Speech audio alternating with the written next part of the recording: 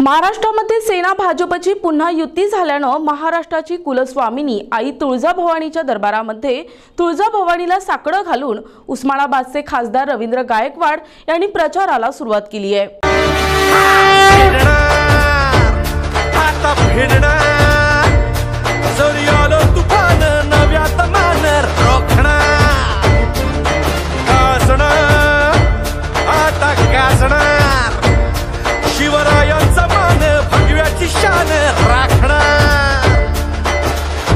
सोनेरी पान रे लाख जीवांचा प्राण रे, जय भवानी जय शिवाजी जय घोष हा चालला।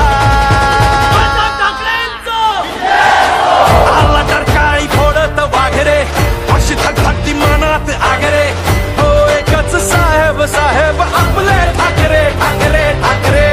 आला तर काळी फोडत वाघरे।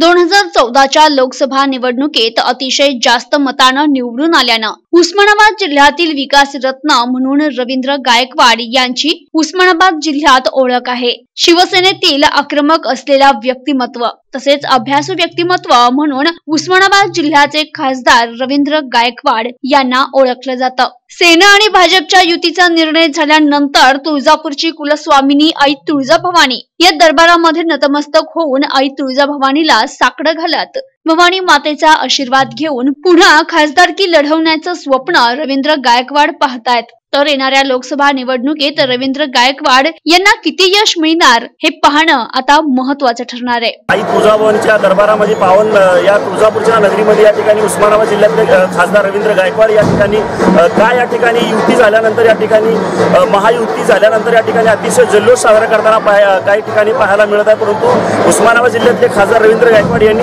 आईच्या दरबारामध्ये कोणते मागणी केलेले आणि काय सगळे घटले आणि काय पुढची दिशा असणारे जाणून घेतात। मला सांगा सर, यानंतरची दिशा आपली कोणती असणार आहे? माता तुळजाभवानीच्या आशीर्वादाने महाराष्ट्रामध्ये उद्धव साहेबांच्या नेतृत्वाखाली शिवसेना भारतीय जनता पार्टीची युती झाली आहे। एकसंघपणानं ही लोकसभा आणि विधानसभेची निवडणूक लढवायचं ठरलं।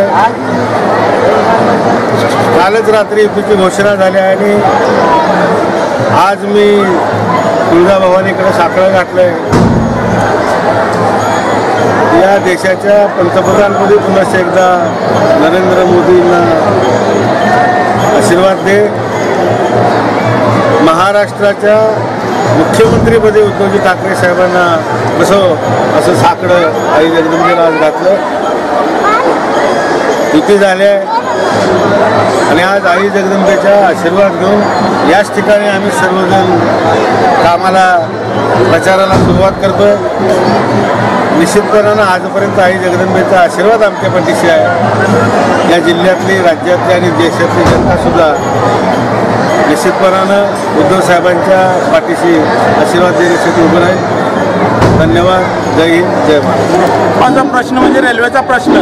या ठिकाणी रेल्वेचा प्रश्न मान्य खासदार साहेब मोदी साहेबांच्या माध्यमातून या ठिकाणी सुटलेला आहे। तसेच आमचा तुळजापूर शहर चारी बाजूला नॅशनल हायवे झालेले आहेत, त्यामुळं इथं येणाऱ्या भाविकांची सोय झालेली आहे।